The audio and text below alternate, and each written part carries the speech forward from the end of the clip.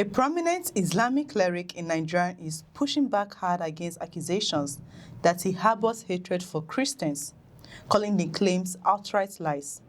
Sheikh Sani Yahaya Jingir, the chairman of the Islatil Bid'al wa Ikmatis Sunnah, or Jibwis, has now come out publicly to clear the air after comments he made at a mass wedding sparked backlash across religious lines. Here is the full story. It all started at a mass wedding ceremony organized by the Kano state government, where 1,500 couples were joined in marriage in a single event. Sheikh Jingir made remarks during that ceremony that a number of Nigerians interpreted as divisive, accusing him of favoring Muslims over people of other faiths. The backlash was swift, spreading across social media and public commentary, with critics branding him as someone who holds ill will towards Christians and other non-Muslims in the country. Jingir wasn't about to let that narrative stand. Speaking at a one-day national symposium held in Jos, themed around enhanced political participation and social justice as a path towards unity and development in Nigeria, the cleric directly addressed the controversy head-on. He told the gathering plainly that the claims being circulated about him were false, insisting that his remarks had simply been misinterpreted. He said leadership in Islam has nothing to do with cheating people of different faiths, and that the religion itself teaches its followers to share love with people across different faiths and sectors. Jingir went further, explaining that Islam, as he understands and teaches it, demands fairness and justice for everyone, regardless of their religious background. He stressed that Muslims would ultimately be held accountable for any injustice committed against non-Muslims, a point he framed not as a political statement, but as a matter of religious obligation. To back up his position, he pointed to the example of Prophet Muhammad, who he said lived peacefully alongside people of other faiths throughout his life. Jingir used that example to urge Nigerians, regardless of their religious identity, to actively work together, peacefully, coexistence with one another. But the cleric did not stop at defending himself. He used the platform to issue a direct challenge to the country's top leadership. He called on President Bola Ahmed Tinubu, along with state governors and other political figures, to ensure fairness and justice in how they carry out their duties regardless of the ethnic, religious, or political affiliations of the people they govern.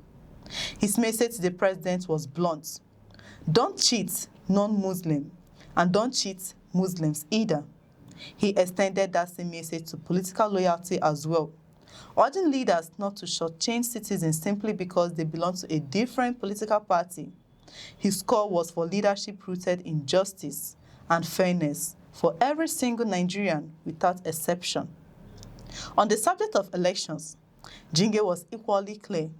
He maintained that every Nigerian has a fundamental right to freely choose and support whichever candidate they believe best represents their interest without pressure or judgment based on religion or ethnicity. Beyond the political messaging, the Jibwis chairman used much of his address to appeal for peace, unity, and togetherness among Nigerians more broadly. His argument was straightforward: that sustainable development simply cannot take root in any atmosphere defined by insecurity and division without peace, he said. There can be no real development. He called on non-Nigerians across the country to actively work together, strengthening peaceful coexistence among the nation's many different ethnic and religious groups. So where does this leave things? On one side, you have a religious leader insisting his words were twisted out of context and using a national platform to reaffirm a message of fairness, tolerance, and equal treatment under both religion and government. On the other side, you have a public that remains divided on how to interpret his original comments at that Kano wedding ceremony in the first place, and whether his latest statement fully puts the controversy to rest. What is clear is that religious and political leadership in Nigeria remains under intense public scrutiny, especially on matters of fairness between the country's Muslim and Christian populations, with elections and political dynamics always simmering in the background. Statements like this from influential religious figures tend to carry weight well beyond the room they delivered in. Sheikh Jingir's message is out there, a call for unity, a denial of the accusations against him, and a pointed challenge to Nigeria's leaders to govern without bias. Whether that message lands the way he intends, or whether the controversy continues to follow him, remains to be seen. We'll continue to track this story and bring you any developments as they happen. If you have thoughts on this one, we want to hear them. If the story gave you something to think about, hit that button. It really helps this channel keep bringing you stories like this. Subscribe and turn on notification so you don't miss our coverage of Nigeria's biggest stories as they unfold. Drop your take in the comments below. We read every one of them and share this video with someone who wants to see it. I'm Chidera Esom. Thanks for watching. We'll see you in the next report.